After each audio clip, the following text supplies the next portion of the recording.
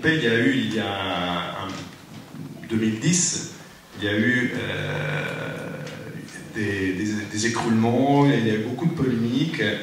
Et à ce moment-là, je me rappelle, la presse italienne disait Pompée, c'est mal géré, tout s'écroule, c'est un choix. Et en fait, vous me disiez tout à l'heure, c'était peut-être presque un moment de renaissance, non? Après cette tragédie, on a commencé à penser à de nouvelles solutions pour Pompéi. Et c'est comme ça qu'est né le grand projet, le grande progetto Pompei, qui c'était un projet financier de la communauté européenne avec 100 millions d'euros et qui s'était pensé pour changer, pour mettre en sécurité toute la ville, mais aussi c'était un nouveau modèle de gestion à commencer. Ce qui avait fait scandale, c'était l'écroulement de la Scuola Armaturarum. Est-ce que c'était rénové, c'était réouvert, c'est encore fermé? On a commencé avec la Scuola Armaturarum. On a commencé et j'ai terminé mon contrat à janvier avec l'ouverture de cette... Voilà. Donc ça a été fait, ça? Oui, c'était fait parce qu'on a fait la restauration, on l'a ouvert tous les jeudis avec des visites guidées par notre restaurateur, qui montre aussi qu'est-ce que c'est conserver Pompéi. On a commencé un projet de mise en sécurité qui c'était une manutention extraordinaire de toute la ville. Au début, c'était comment on dit, le monitorage de chaque mur, chaque maison, chaque région de Pompéi pour réaliser un dossier et pour comprendre les problèmes que c'était. La chose que je pense plus intéressante de Pompéi est que c'est une ville. C'est pas un monument, un complexe de monuments, c'est la ville. Alors il faut donner cette image, l'idée de la circulation, des déplacements qu'on peut faire à l'intérieur de cet espace. C'est ça. C'est pour ça qu'on a commencé à réouvrir des rues qui étaient fermées, bloquées pour la présence de cet échafaudage. Comme dans cet exemple, vous pouvez voir la situation avant et après, et là aussi avant et après.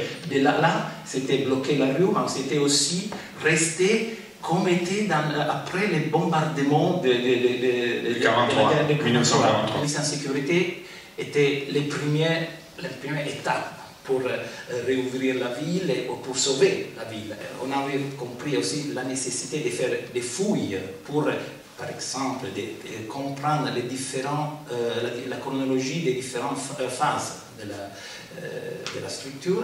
Et après les fouilles, on a commencé les restaurations. À Pompéi, il y a des zones qui n'ont jamais été fouillées encore. Enfin, non, je crois qu'il y a 2/5, on dit. 22 hectares sont fouillés sur 44 et il y a encore 22 à fouiller. Cette fresque, ça, c'est une des grandes découvertes. Une des grandes découvertes qui oui, a beaucoup circulé dans la presse, on a beaucoup parlé. Oui, c'est cette maison de Leda avec les signes. Ouais. Et que c'est une chambre à dormir magnifique, parfaitement conservée. Comment vous participez en tant que centre Jean Bérard à cette, disons, à cette transformation de Pompéi? Quelle est votre activité? Quelle est l'activité du centre? La contribution du centre Jean Bérard, c'est une contribution,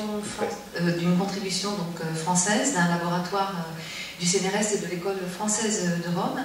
Et c'est une contribution qui vise à promouvoir les recherches en génération d'Italie du Sud, et notamment à Pompéi, en menant des recherches propres, mais aussi en aidant les chercheurs français qui veulent développer des programmes. À part les recherches qui existaient avant ce Grand Progetto Pompei, c'était la participation au Grand Progetto Pompei dans un secteur où les Français déjà avaient pas mal de recherches à Porta Ercolano, et donc nous avons participé avec nos forces architectes, photographes, archéologues à ce diagnostic du plan de la connaissance qui consistait à relever, à faire un bilan sur les bâtiments qui nous étaient confiés, de relevés, photos, état de la dégradation des enduits, et qui faisait appel à différents spécialistes techniciens. Vous aussi, vous avez fait des découvertes, donc on était un peu dans le domaine des découvertes. Qu'est-ce que vous pouvez nous montrer? Notre collègue qui au début était au centre d'Erreur et qui maintenant est à Aix-en-Provence, avait un programme qui était lié à l'artisanat, donc comme ce qu'on fait sur la recherche des ateliers de potiers, des structures. Et puis en identifiant une forme rectangulaire, voilà qu'elle tombe sur une tombe, et qui s'est révélée une tombe samnite. Donc là, on voit la fouille de cette tombe. Et si on voit d'autres photos, en avançant un petit peu, on se rend compte, grâce à l'analyse évidemment du mobilier, que c'est la tombe samnite la plus ancienne. Alors, pourquoi c'est intéressant comme ça, là, j'ai l'impression de dire quelque chose qui est un petit peu décontextualisé? Eh bien parce que Pompéi, c'est pas que la ville romaine, il y a évidemment...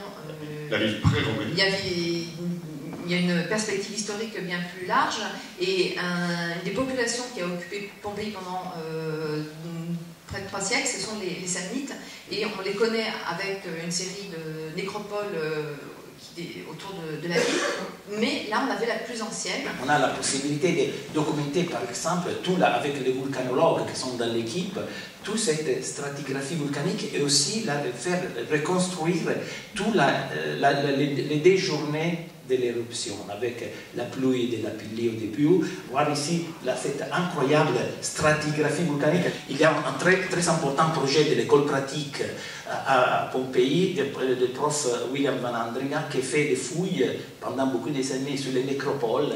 Et il a, avec ces fouilles, il peut reconstruire toute l'histoire des familles qui sont dans les tombes, avec aussi l'analyse des cendres, avec l'analyse des inscriptions et comme ça. En même temps, on a besoin de, vous les archéologues, d'avoir du calme, de l'espace pour pouvoir travailler. Donc il y a tous les enjeux de la découverte, de la restauration, de la conservation, mais il y a aussi, comme vous le disiez, la valorisation, la communication, comme on fait quand on a 4 millions de personnes qui sont sur place. On a de la chance qu'ils ne sont pas tous dans les mêmes temples. Il y a beaucoup d'hectares, et donc il y a beaucoup de place. Par contre, il y a par exemple, il y a des dimanches, le dimanche gratuit, il y a une fois qu'on avait 40 000.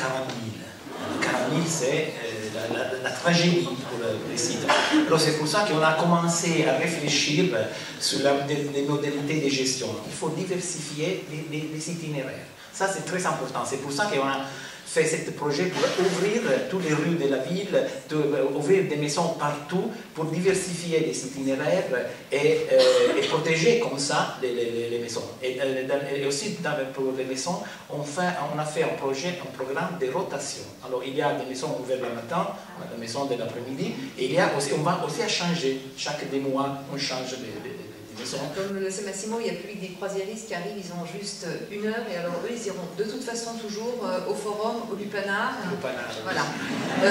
Donc ce qu'il faut proposer, c'est d'autres centres d'intérêt, et si l'avenir nous le permet, ce qu'on souhaite, c'est de proposer, par exemple, nous, un programme, un itinéraire sur ce que je disais tout à l'heure, l'artisanat, c'est-à-dire les parfumeries, les boulangeries, les tanneries. Tous ces touristes abîment les lieux. Est-ce que c'est vrai, c'est pas vrai? Alors c'est un danger si on ne va pas réfléchir sur les façons de considérer ce problème. Mais il ne faut aussi pas oublier que pour Pompéi, c'est la richesse. C'est la possibilité de faire la manutention. Une ville comme Pompéi nécessite beaucoup plus de restaurateurs. Beaucoup plus d'argent, donc beaucoup de touristes. Oui, alors bienvenue les touristes. Voilà.